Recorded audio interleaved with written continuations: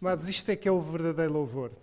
O verdadeiro louvor não é virmos ao domingo à igreja, cantarmos uns coros, às vezes levantarmos os braços e tudo mais.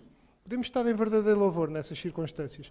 Mas o verdadeiro louvor é aquilo que é simples, é aquilo que emana do nosso coração, é aquilo que vem cá de dentro e que se dirige a Deus. Isso é que é o verdadeiro louvor. E é disso que nós temos estado a falar.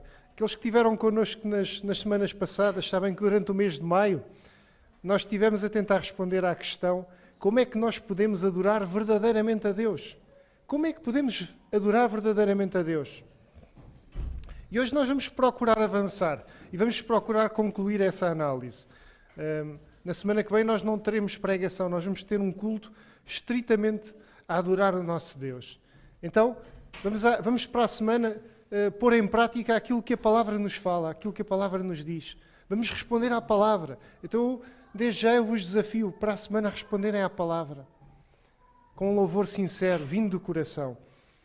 Então, mas hoje, antes de nós continuarmos e antes de concluirmos esta análise sobre a adoração, eu queria que nós partilhássemos um pouco uns com os outros sobre a questão que vos deixei na semana passada. Alguém se lembra? Não é preciso lembrarem-se, está ali. Tens sido um verdadeiro imitador de Cristo. Nós temos sido verdadeiros imitadores de Cristo. O que vocês têm a dizer sobre isto? Partilhem connosco. Partilhem uns com os outros. Vocês não tiveram receio, não foram, como é que se diz? Falta-me a palavra agora. Não ficaram com receio nas últimas semanas. Partilhem também agora. Têm sido verdadeiros imitadores de Cristo?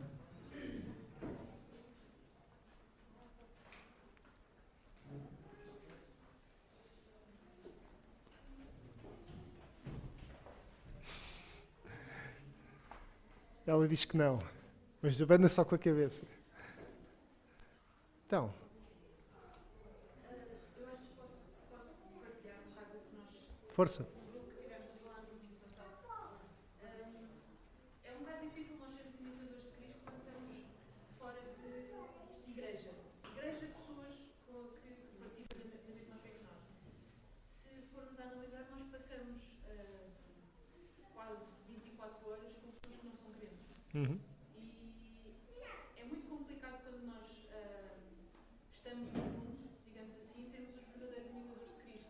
Há momentos em que é bastante fácil nós nos lembrarmos, ok, o que é que Cristo faria neste momento?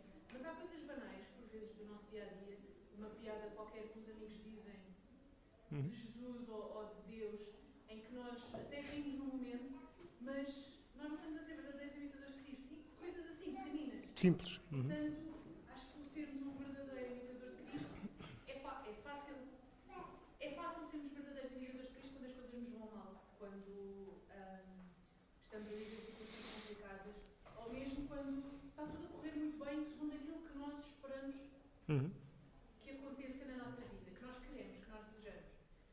Quando está ali no meio termo, acho que é muito complicado sermos verdadeiros imitadores de Cristo. E eu falo por mim. Para mim é muito difícil eu poder dizer eu sou uma verdadeira imitadora de Cristo. Não sou. Nem estou lá perto, nem vou a metade do caminho. É muito difícil.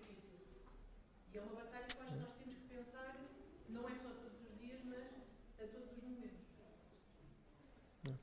Eu lembro que uma das minhas grandes dificuldades nesta questão, dos milhares de dificuldades, eu sou muito mau, é de facto o não entrar. Uma das coisas que me lembro logo é nós não entrarmos na brincadeira fácil dos outros. O Salmo 1 diz que nós não devemos entrar na roda dos escarnecedores. É uma coisa muito difícil para mim, por exemplo. Estou a falar isto porque são tais coisas simples que tu referes, não é? As coisas simples. Às vezes nas pequenas coisas, nas coisas tão simples, é onde nós caímos com mais facilidade. Porque facilmente nós vamos atrás das pessoas que nos rodeiam, facilmente nós somos iguais a eles, não é? Então, o ser imitador de Cristo, acho que um dos maiores obstáculos, uma das maiores barreiras, é que nós não podemos ser iguais às pessoas que nos rodeiam. De facto, isso é uma realidade. É muito difícil. Quando nós estamos... Porquê é que Deus criou a igreja? Deus criou a igreja precisamente para isso. Porque isso é um espaço em que nós podemos sentir-nos entre iguais, em que é muito mais fácil nós sermos imitadores de Cristo, de facto é verdade. Mas o nosso esforço, o nosso objetivo não pode ser só confinar-nos a ser imitadores de Cristo no espaço da igreja. Nós temos que tentar ser imitadores de Cristo no tal espaço onde é muito difícil. Mais alguém que gostava de partilhar sobre isto? É uma pergunta que está toda ligada com todas as semanas que nós temos vindo a falar. Sem dúvida. Se nós, eu por mim falo, se eu respondi que não põe Deus em primeiro lugar, Uhum. se eu respondi que não dou a minha vida a Cristo, como é que eu posso ser uma verdadeira imitadora de Cristo? Uhum. Estava a mentir se respondesse que sim. É verdade. Não, eu, E não, as outras todas nunca me respondi que sim. eu quase que diria que eu não quero arriscar, atenção. Eu não quero arriscar e daqui a bocado vejo alguém a levitar, mas eu quase que diria que nenhum de nós aqui podia responder de ânimo leve, pelo menos, e com justiça, que é um verdadeiro imitador de Cristo a 100%. Eu acho que todos nós almejamos isso, todos nós desejamos isso. Eu sei que os vossos corações são sinceros, o meu também é, nós desejamos isso. Agora, de facto, não somos a 100%. Agora gostaríamos de ser. Mas o que estava a tentar convosco era que partilhássemos as nossas dificuldades nesta área, porque de facto todos nós as temos, não é? Nenhum de nós é imitador a 100% de Cristo. Não é? Então, há áreas onde nos é mais difícil. Se quiserem partilhar um pouco disso, acho que é o caminho. Eu acho, assim, vou falar por mim, né, na minha vida. O Paulo que falou, sejam meus imitadores como sou de Cristo, é o mesmo Paulo que falou assim, o bem que eu quero fazer, se eu não faço, o mal que eu não quero, esse que eu faço. É o mesmo Paulo que diz, eu não vou desistir, eu prossigo para o alto até conseguir, né? Então, na minha vida, o fato de ter esse alvo, de ter esse desejo, me faz descobrir muito rápido quando eu não estou imitando Cristo. Né? E quando eu descubro isso, então eu dou uma liberdade ao Espírito Santo. Às vezes eu demoro para dar essa liberdade, mas o Espírito Santo começa a trabalhar na minha vida e dizer, está errado isso. Então eu acho que a gente não pode simplesmente se acomodar, eu não imito Cristo, eu não estou levando vida santa. Isso é verdade, mas nós não podemos nos acomodar a isso. Como Paulo, eu olho assim porque eu aprendi com Paulo, né? Eu quero esse alvo para a minha vida. Então, se eu quero esse alvo, eu vou descobrir quando eu não estou atingindo esse alvo.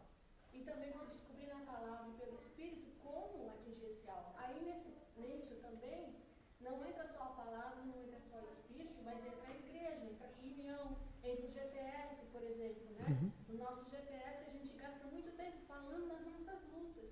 As coisas que têm sido difíceis, né? E ali a gente ora um pelo outro. Ali a gente consegue se esvaziar. Não quer dizer sair de lá perfeito, se agora estou imitando Cristo, não. Né? Porque é só quando a gente estiver mesmo diante dele que a gente vai ser com o corpo transformado perfeito. Então eu acho que a pergunta ela é muito, não sei, acho que ela é um pouco radical. Né? Se eu tenho sido um verdadeiro imitador.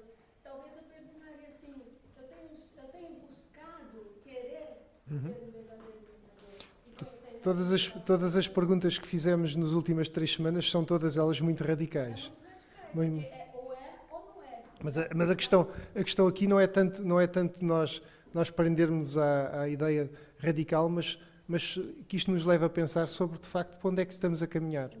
Qual é o caminho que estamos a fazer, não é? No fundo é esse. Se nós não pusermos as coisas em extremos, é muito difícil percebermos qual é o caminho para onde estamos a andar, não é? E de facto nós temos que extremar as nossas posições, mesmo no nosso dia-a-dia. Eu faço isso comigo e acho que deve ser um exercício que nós devemos fazer todos. Nós devemos extremar as posições e dizer assim, este é o ponto onde nós devíamos estar. De facto é o extremo, mas é para ali que eu quero caminhar, porque senão eu nunca sei para onde é que eu quero de facto caminhar e nunca vou ter o incentivo e a força para caminhar. Não acham? Mais alguém gostava de partilhar sobre esta questão?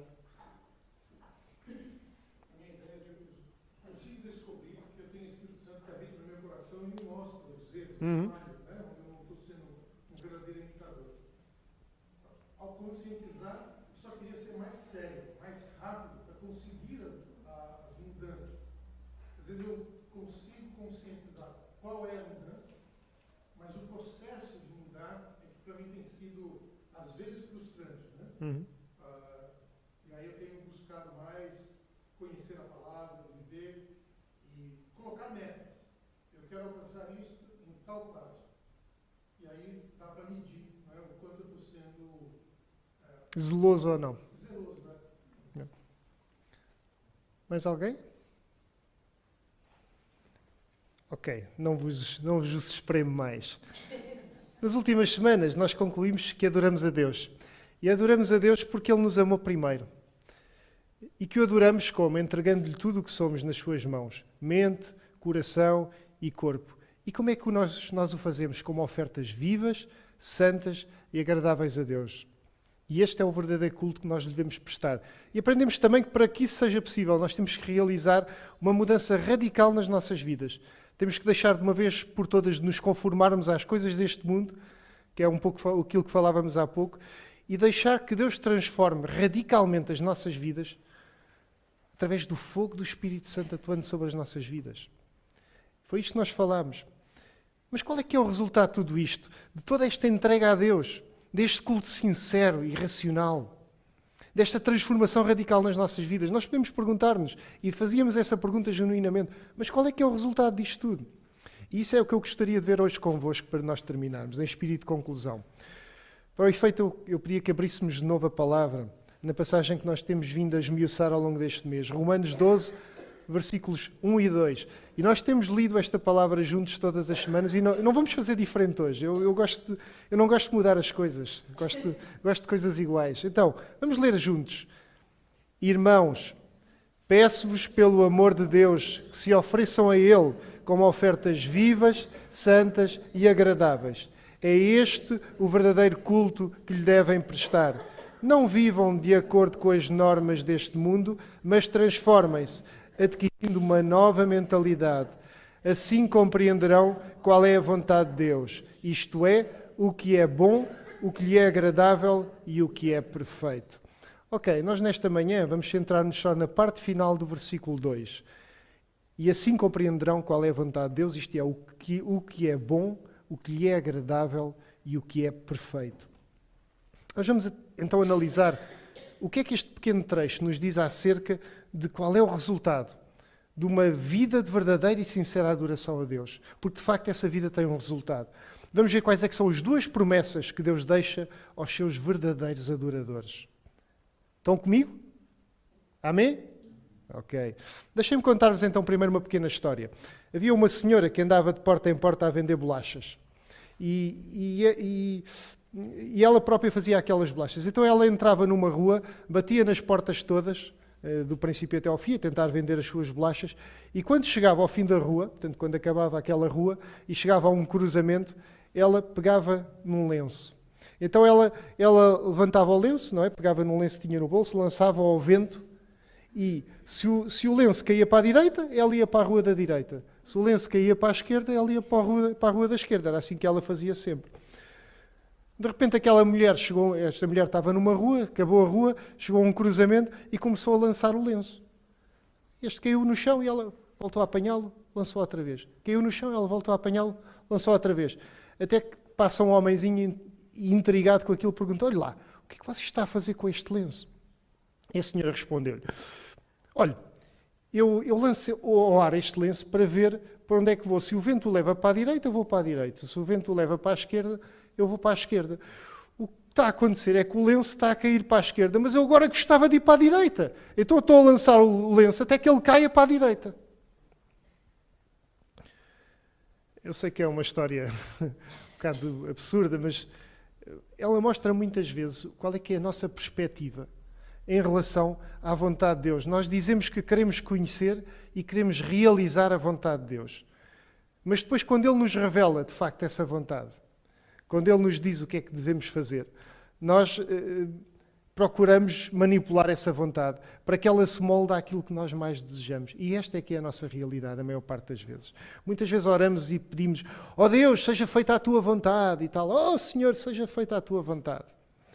Mas depois, quando aquela mulher que nós tanto amamos se apaixona por outro homem, quando nós, por exemplo, não somos promovidos lá no trabalho, ou quando até somos despedidos, porque às vezes acontece, quando ficamos doentes, quando perdemos alguém que amamos, sei lá, tantas coisas que agora nos podíamos lembrar. Mas em resumo, quando as coisas não acontecem como nós desejaríamos, nós ficamos revoltados. Começamos a reclamar com Deus. Começamos a dizer, Senhor, o Senhor já não me ama. Ou então, Senhor, o Senhor já não ouve as minhas orações. Ou ainda pior, Senhor, o Senhor gosta de me ver sofrer, não é? O Senhor não gosta nada de mim. Amados, leiam comigo mais uma vez o princípio do trecho que nós estamos a analisar hoje. O trecho diz assim compreenderão qual é a vontade de Deus. A primeira promessa que esta curta passagem nos deixa, que deixa aos verdadeiros adoradores, é que eles compreenderão qual é a vontade de Deus. Eles compreenderão a vontade do Senhor. Os verdadeiros adoradores não precisam de andar pelas ruas a lançar lenços para ver para onde é que devem ir. Porque Deus mostra-lhes qual é que é o caminho que devem seguir. E esta é uma realidade da qual nós não nos podemos esquecer. Mas como é que eu posso saber a 100% qual é que é a vontade de Deus? Se nós confiarmos de tal modo em Deus que estamos dispostos a entregar-lhe tudo, inclusive a nossa própria vida. Se nós estamos de tal modo entregues nas mãos de Deus, que em tudo o que fazemos nós o colocamos em primeiro lugar, consagramos tudo a Deus como ofertas vivas, santas e agradáveis ao Senhor. Se em tudo o que nós fazemos nós não nos deixamos moldar por este mundo, mas apenas pelo Senhor, então, amados, podem ter a certeza de uma coisa. Deus vai mostrar-nos como nós devemos agir. Se nós estivermos neste ponto de caramelo, eu diria que é um ponto de caramelo, se nós estivermos neste ponto disponíveis desta maneira para o Senhor, amigos, não tenham dúvidas, nós não vamos ter a mínima dúvida sobre o que é que Deus quer de cada um de nós. Ele vai mostrar-nos como é que nós devemos agir. Quanto maior for a nossa entrega e devoção a Deus, quanto mais profunda for a nossa vida de adoração, maior será a nossa facilidade em compreender a vontade do Senhor, que Ele nos mostrará através do Seu Espírito Santo. Por isso, deixem-me dizer-vos uma coisa, amados. Deixem-me dar-vos uma má notícia. Se nós neste momento temos dúvidas sobre o que é que Deus quer de nós, se nós temos dúvidas qual é que é o caminho que devemos escolher, se nós não sabemos para onde é que devemos ir, então é porque não estamos a ser verdadeiros adoradores. Façam esse teste para a vossa própria vida.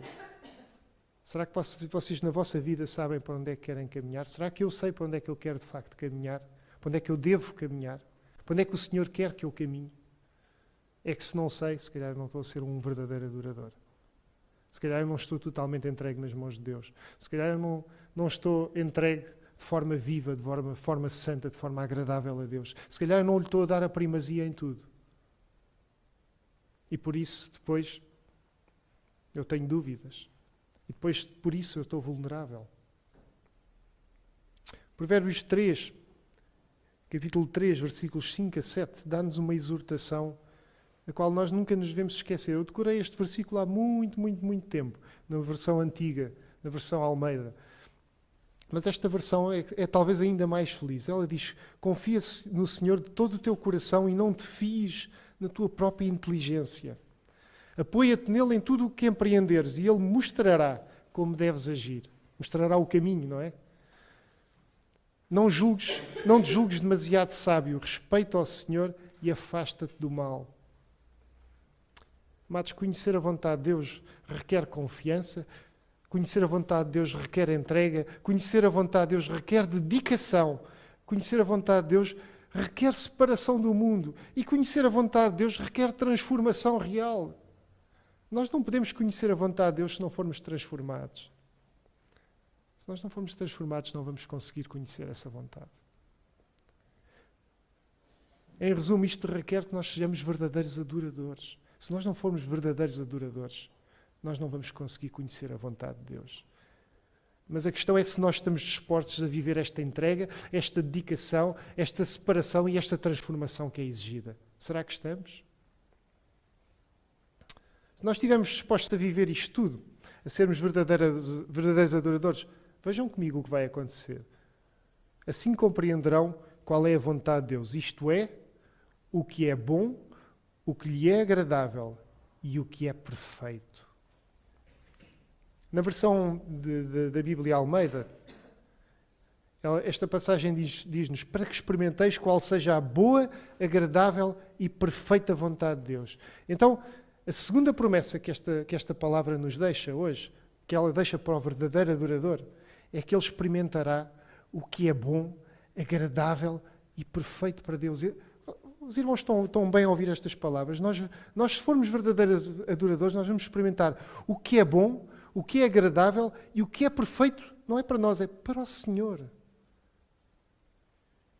E o que é isto? O que é bom, agradável e perfeito para o Senhor? E sobre isto eu gostava que víssemos um pequeno vídeo. Perfeito não é necessariamente o que é bom, agradável e perfeito na perspectiva de Deus. É na nossa perspectiva, mas na perspectiva de Deus pode ser uma coisa completamente diferente. Por vezes o que é bom, agradável e perfeito para Deus implica sacrifício, implica inclusive sofrimento para nós. Neste vídeo são-nos dados alguns exemplos bíblicos, o exemplo de José, por exemplo. Mas o melhor e mais significativo exemplo que nós temos é mesmo o de Jesus Cristo. O que fez era bom, agradável e perfeito para Deus. Mas para isso ele teve que morrer numa cruz e teve que carregar sobre si mesmo o peso de todos os nossos pecados, passando por um sacrifício, por um sofrimento atroz.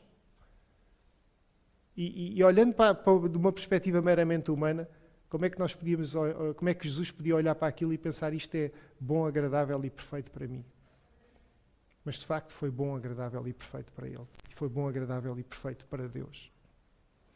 A vontade perfeita de Deus, aquilo que é bom, agradável e perfeito para ele, é que nós que estamos aqui, nós hoje que estamos aqui, venhamos a ser tudo aquilo que ele criou para nós sermos. Venhamos a realizar realmente a sua vontade. Mesmo para isso, nós tínhamos que passar por grandes adversidades e por grandes provações. Esta é a má notícia. Para nós realizarmos a vontade perfeita do Senhor, para nós experimentarmos aquilo que é bom, agradável e perfeito para Deus, muitas vezes nós temos que passar por provações, muitas vezes nós temos que passar por verdadeiros sofrimentos. Porque é aí que Deus nos vai trabalhar, é aí que Deus nos vai depurar. Ele tem um plano glorioso para as nossas vidas, mas para que ele se realize, nós temos que sofrer as transformações necessárias. A transformação de que falávamos a semana passada pelo fogo do Espírito Santo. Por isso ele exige de nós confiança, ele exige de nós entrega, ele exige de nós dedicação, ele exige de nós separação do mundo, ele exige de nós transformação verdadeira. Só passando por todo este processo depurador, amados, é que nós podemos ser verdadeiros adoradores. E chegar a conhecer e experimentar o que é bom, agradável e perfeito para Deus. O que é bom, agradável e perfeito para Deus. Esta é a nossa promessa. Como é que nós podemos adorar a Deus? É deixando que Ele opere em nós as mudanças necessárias para que possamos conhecer e realizar plenamente a sua vontade. É assim que nós podemos adorar verdadeiramente a Deus.